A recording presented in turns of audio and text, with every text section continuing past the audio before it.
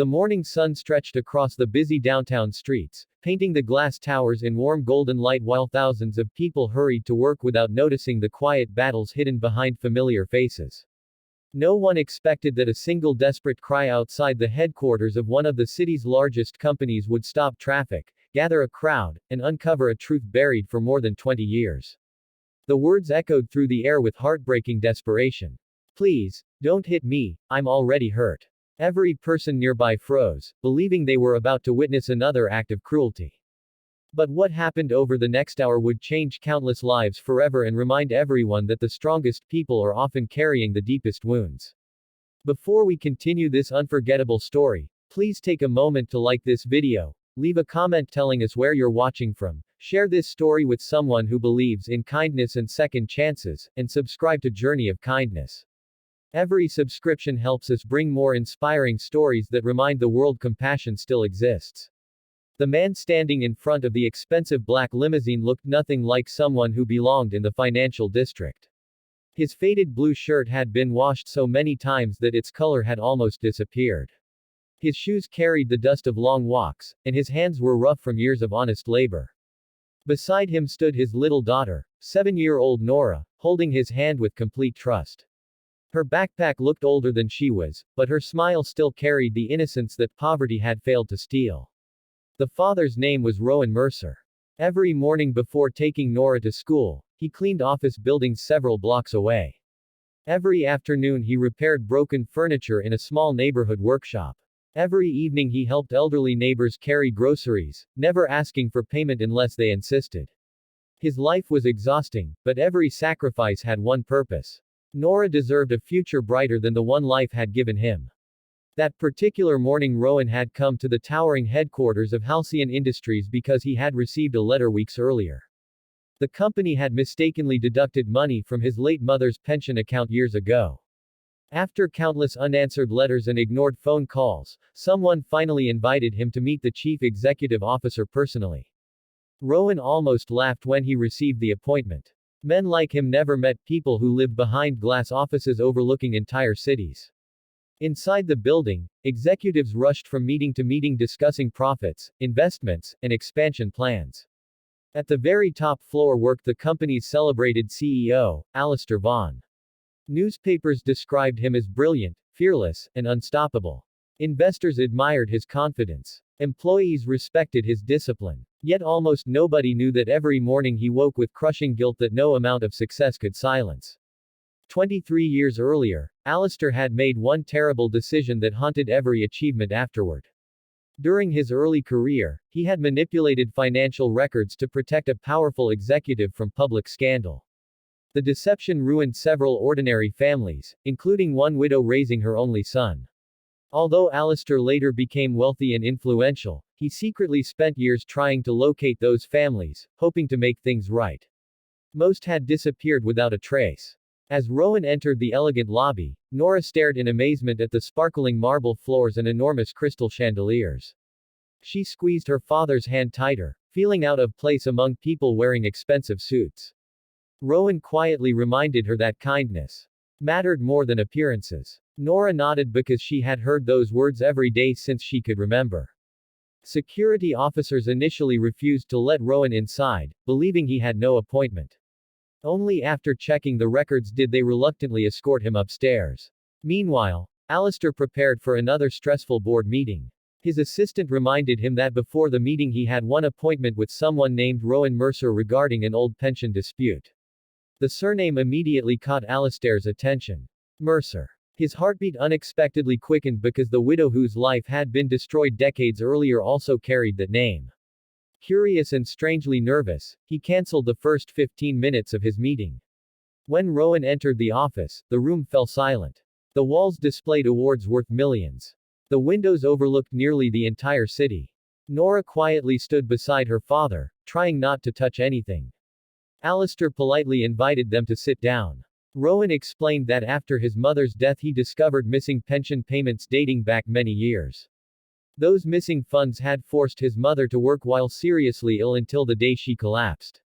Rowan never complained about hardship because his mother taught him dignity, but he hoped the company would finally admit its mistake. As Alistair carefully reviewed the old documents, his face slowly lost its color. Every signature, every account number, every date, matched the files he had tried to forget.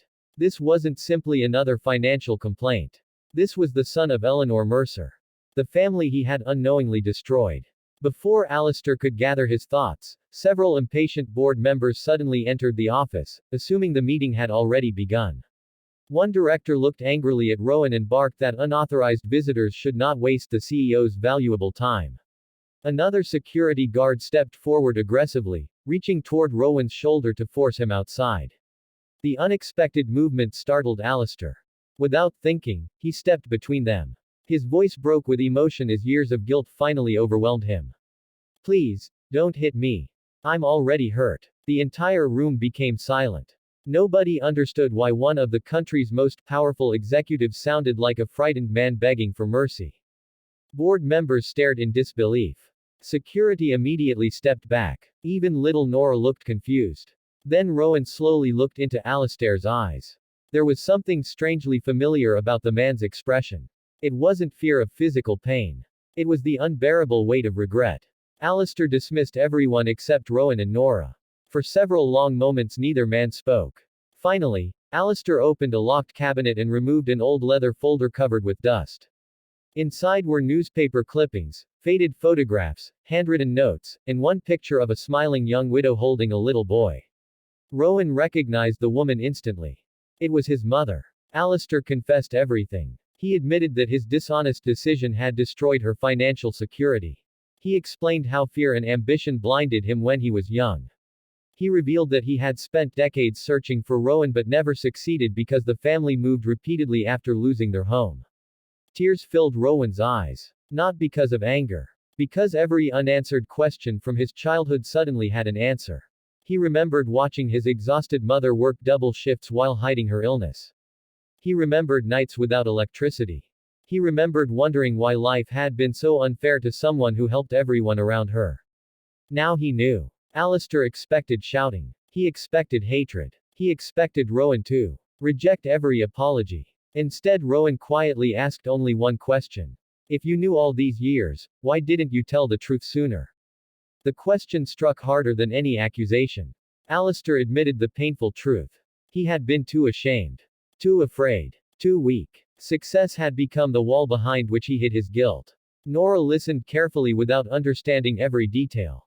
She simply walked over and gently handed Alistair the small handkerchief she carried in her backpack. Her innocent act shattered the emotional barrier he had built over decades.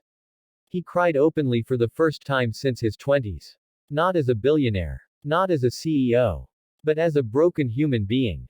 Over the following weeks, Alistair ordered an independent investigation into every financial decision connected to that old scandal. The report uncovered additional victims whose lives had also been damaged.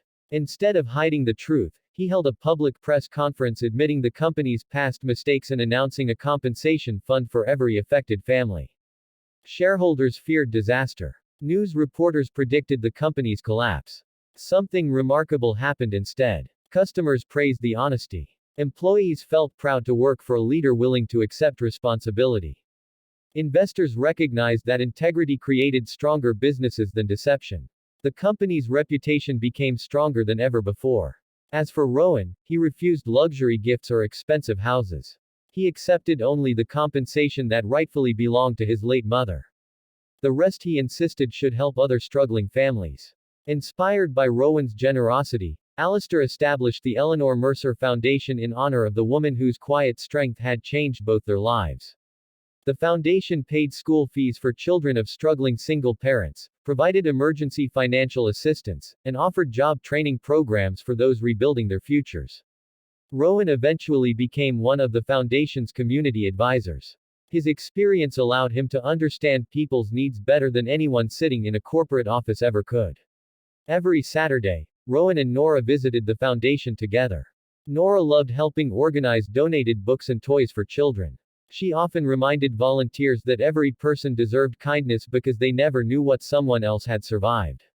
Months later, while walking through a neighborhood park under another beautiful morning sun, Rowan noticed children laughing around newly installed playground equipment funded by the foundation. Parents smiled with relief knowing their children finally had a safe place to play. Alistair quietly joined him on a nearby bench. Neither man spoke much. Words were no longer necessary. Forgiveness had not erased the past. It had transformed the future.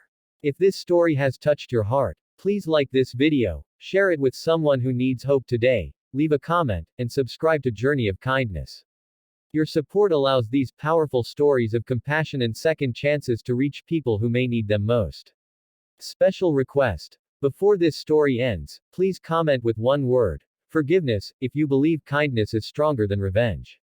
As the morning sunlight illuminated the city once more, Rowan looked at Nora running freely across the grass, laughing without fear, while Alistair quietly smiled through grateful tears. One man had spent years believing success could bury guilt. The other had spent years believing hardship had stolen everything from him. Yet life proved that healing begins not when the past disappears, but when truth is finally spoken and compassion is given a chance to grow.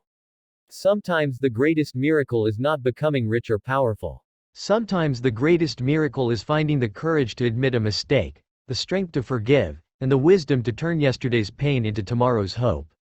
And on that ordinary morning, beneath a bright blue sky, two broken lives became living proof that kindness can rewrite even the darkest chapters of a human heart.